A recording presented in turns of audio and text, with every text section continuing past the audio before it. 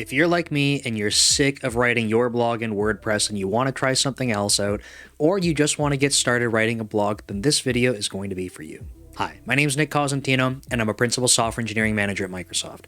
In this video, we're just going to take a few minutes to get a Blazor blog set up, and you'll be able to run it locally, and then in follow-up videos, I'll show you how you can start configuring it, deploying it, and having customizations on top of it. Now, this is going to be based on Stephen Giesel's Blazor blog engine. I think it's awesome to work with. I've really been enjoying it, and that's why I'm making these videos so that you can experience it as well. If that sounds interesting, just a reminder to subscribe to the channel and check out that pinned comment for my courses on Dome Train. Now, let's jump over to GitHub and check this out. Alright, so I will have a link to this GitHub repository down below, but we are at link.net/blog, so that's Stephen Giesel's GitHub, and then we have the blog repository, which is where his Blazor blog is. What we're going to be doing is, if you have a quick scroll through here, you can see that he has a bit of an explanation, a little bit of an animation here showing you how it's done. There's some documentation. Again, I will make follow-up videos to explain how to customize all this stuff, so don't worry, we're not going to jump into all that today. We're just going to get it running locally for you. So to start things off, what you could do if you just want to see it running is you can go download from the code menu here, and then you can pick how you want to get it. You can clone it, you can download as a zip, whatever you want to do. But if you think that this might be for you and you want to start following along in these videos and you want to have your own version of this, I would recommend forking the repository. So if you've never done that before and you're like, well, what the heck is that? I'm kind of nervous. If you have a GitHub account, you can just go to this fork menu up at the top here. You can see that I already have my own fork, and that's because I am deploying this already. I do have customizations on top of it, so I forked the repository, but you would go to create a new fork. And then you can see that you can give it a name, you'd give it the owner, so you'd pick your account from there. You can give it a new description, and then I just said for me, I just want to take the master branch only, so just the main line.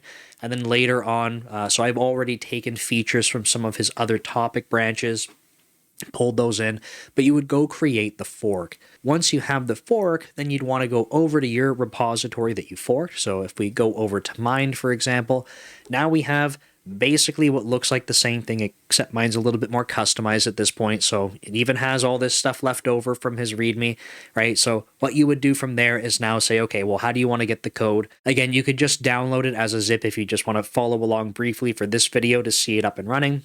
Or you might go clone down the repository. So I use Git extensions. It's one of my favorite tools, but you would just copy this to your clipboard.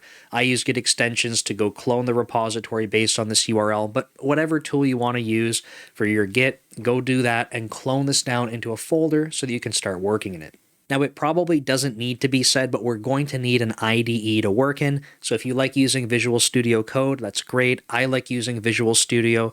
I have a full-on enterprise license, so I'm not going to not use that. I'm going to be showing you this in Visual Studio, but you want to go now open up the solution from the folder where you downloaded it. This is just a brief interruption to remind you that I do have courses available on Dome Train focused on C#.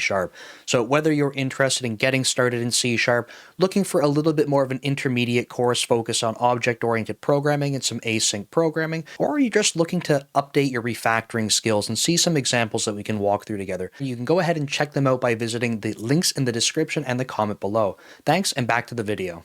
For me, I have that down in C dev leader blog. That's just the folder I made. You can see link.net blog.sln. You would just open this in Visual Studio or open the folder in Visual Studio Code if that's what you want to use. Okay, once you have the solution open, if you want to have a look in the Solution Explorer, your layout might look different than mine, so don't worry about that. But the link.net.blog.web is going to be the entry point. It's going to be the Blazor application. So literally, you should be able to just press play and have a blog up and running, which is super cool. Mine is already configured, but if I jump over just to show you this very briefly, this should be the default settings. Depending on when you're watching this, Stephen might have added different features into here, but he leaves this app settings set up in a way that you should just be able to press play. So what you would do is just press the play button. We'll see it launch in just a second here. Okay, so we get the console window popped up here, and if we have a look, we have where it's listening. So this is the HTTPS one. Sorry, it scrolled on me. So right there, we could take that and we're going to go put that in our browser. Now you will notice that there's other stuff still running here. So there's a cron job that's running. So there's other background work that is happening, but you don't need to worry about that. We're just going to be looking at what the blog looks like. On the screen right now, this is hitting localhost on port 5001. So this is my blog, and I have my local settings on my machine pointed at my production settings as well. So truly, this is like an instance running on my machine that's also the same as the one running in the cloud. And just to prove it to you, if you look up at the top here, devleader.ca, that is my live website if you want to go check that out. If I go back over to this tab, we can see localhost 5001, and over here, it's the same thing. I think just the spacing is a little bit different, maybe because it's zoomed in or something at different levels. So if I put that back, yeah, you can see I'm clicking between the tabs. They're identical. So this is my live site. We're just going to close that down. But the one running here, yours will, of course, look different because you just have the default settings. And we're going to go check those out in just a second. So again, you should be able to just press play.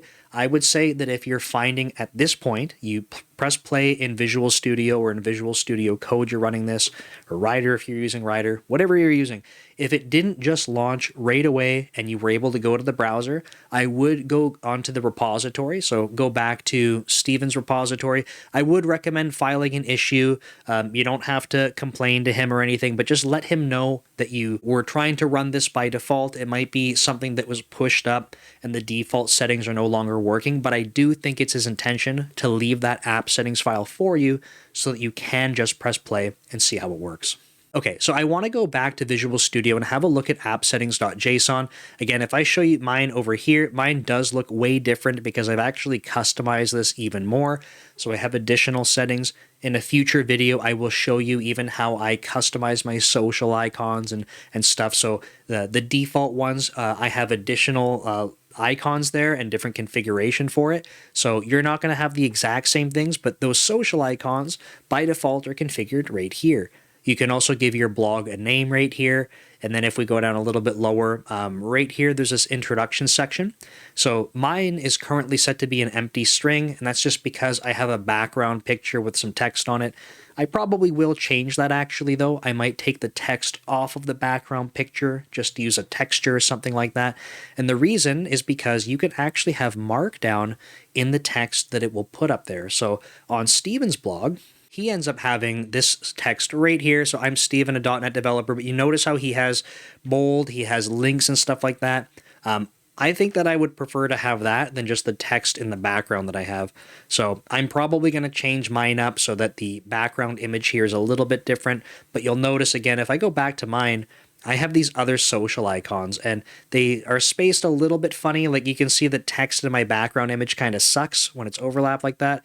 But if I get rid of that text, then I like having my social icons across the top there. But that text that we see right here does work in Markdown. So right here on line 20, you can go configure that. There's the background picture and the profile URL. So these assets can be local here. You can also probably put a URL and refer to it if you have stuff in blob storage, and we're going to see that in a later video as well. But the next part that I want to talk about is going to be the database stuff. So this is again going to be covered in a later video, but you'll notice that it's using SQLite by default, and it is going to use an in-memory database. If you just wanted to play around with the setting very quickly, you could change this to be not file memory, but you could change the data source to be a file on disk. And then if you wanted, you could use other tools like SQLite Expert. You could go connect to that and see what the data looks like in there as you're making posts. Again, authentication, something we'll cover in another video. It does support Azure as an auth provider and Auth0. I started with Azure. I am currently using Auth0. So when I make a tutorial on that, I will show you Auth0 and how I set things up. And then there's some other simple settings here. On Steven's default settings, it says his name, right? It has his heading and a profile picture here as well. You can change this to be for your information because you are not Steven. And then the final thing that I'll show right here, again, I'll have a video on this, is for the Azure blob storage. This is so that when you're putting up posts and you want to add pictures and stuff like that, it will automatically go upload to your storage container. And that way, you don't have to go commit your pictures into your repository, push them up. You can truly just avoid code commits and have your pictures referenced as you need them in your blog articles.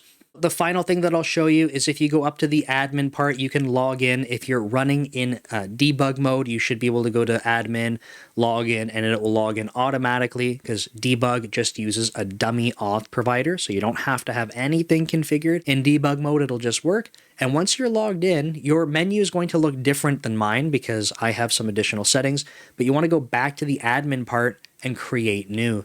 And this will allow you to go get this blog post editor, so you can give it a title. The description, if you're not familiar with this kind of thing, this is like meta information. So if you were to go search on Google, for example, and then you get your search results up here, so I search for dev leader, like this part right here, this is going to be the meta description. So if you have your blog articles set up with a good meta description, this is great for search engines, right? So let's jump back over to here. You can write your post. It does work with Markdown. There's a heading 2. You can preview it, right? If I go back, so some text, we can preview it again, right? So this is what it's going to look like. It also does work with HTML. So my blog posts are actually based in HTML and I had to import them. So if I go look at one of my newsletters, for example, if I go over to edit, you can see it's pretty gnarly, but it's not just Markdown. Like I have my headings in Markdown, but then there's some leftover HTML and stuff like that. So going forward, all of mine will be written in Markdown, but Markdown here does work with HTML embedded inside of it. Now, you will have to go fill out these other fields like the preview URL, and there's a couple of other things down here. It will let you know if you try to publish it and it's missing something, so don't worry. And the final thing that I want to mention is that it's called out right here that you can attach pictures by dragging and dropping. So when you do have your blob storage set up, again, future video, you'll be able to drag and drop, and that will get uploaded to blob storage automatically for you. So again, this should work totally out of the box, and in future videos, I'll show you how to configure all of this stuff. So that means if you want to have your Azure blob storage set up for pictures, if you want to have your database running somewhere, that doesn't have to be in Azure. You can use a different provider, so not to worry. But we'll go through all of that, and then you can have your blog running up in the cloud and not just locally on your machine. So hopefully that sounds interesting. When the next video is ready, you can check it out right here. Thanks, and I'll see you next time.